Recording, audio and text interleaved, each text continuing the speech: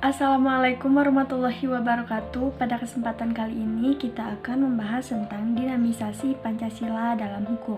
Sebelumnya, perkenalkan, nama saya Davina Febri Mireni dari kelas A2 PBSI dengan NIM 21210051. Baik, dinamis. Secara etimologi, kata ini diserap dari bahasa Perancis yaitu dynamique yang berarti kekuatan atau tenaga. Dinamis adalah istilah umum yang merujuk kepada segala sesuatu atau kondisi yang terus-menerus berubah, bergerak secara aktif dan mengalami perkembangan yang berarti. Ideologi terbuka dan dinamis. Ideologi Pancasila bersifat realis, yaitu mencerminkan kenyataan yang hidup dan berkembang dalam masyarakat di mana ideologi tersebut lahir dan dikembangkan.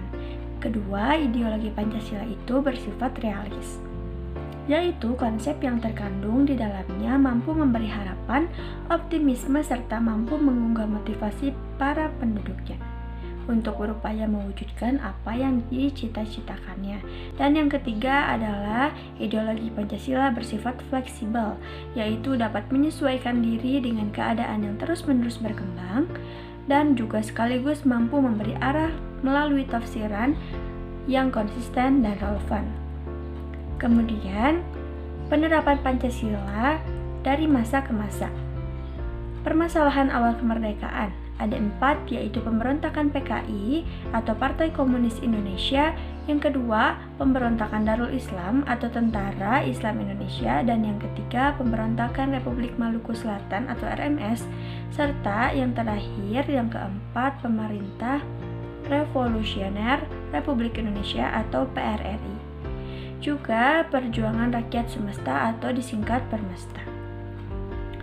Dalam penerapan Pancasila dari masa ke masa, yang pertama itu ada masa Orde Lama di tahun 1959 sampai 1966.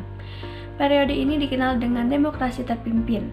Selain itu, pada masa ini bangsa Indonesia masih mengalami peralihan dari bangsa yang terjajah menjadi bangsa yang sepenuhnya merdeka. Masa ini sering sekali disebut dengan masa kritis Indonesia. Suasana politik sedemikian rumit, hampir semua kekuatan politik merujuk pada Insinyur Soekarno. Namun, dalam penerapannya ditemui beberapa tingkatan tindakan penyimpangan terhadap Pancasila. Salah satunya adalah pemberontakan PKI yang dilakukan oleh DN Aidit pada tanggal 30 September 1965 yang bertujuan untuk mengubah ideologi menjadi komunis.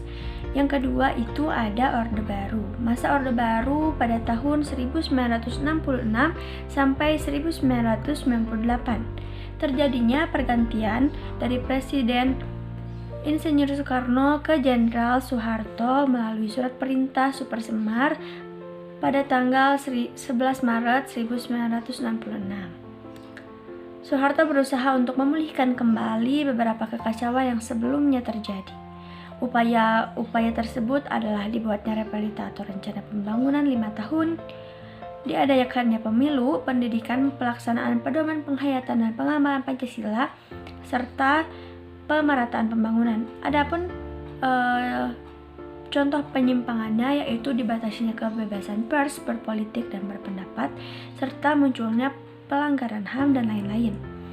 Yang terakhir ada masa reformasi dari tahun 1998 sampai sekarang. Masa reformasi dimulai saat Soeharto mundur dari jabatannya dan digantikan oleh B.J. Habibie. B.J. Habibie berusaha untuk memperbaiki sistem ekonomi, mereformasi bidang politik dan hukum, mengeluarkan Undang-Undang Nomor 9 Tahun 1998 tentang kemerdekaan menyatakan pendapat di muka umum, juga lain sebagainya. Mulai pada masa reformasi, penerapan Pancasila sebagai ideologi negara terus digaungkan hingga saat ini. Adapun penyimpangan-penyimpangan pada masa reformasi yaitu adanya pergaulan bebas, aksi anarkisme dan vandalisme, juga yang lain sebagainya. Penyimpangan ini karena adanya konsep kebebasan tersebut. Mungkin Sekian yang dapat saya paparkan. Mohon maaf apabila banyak kekurangan. Wassalamualaikum warahmatullahi wabarakatuh.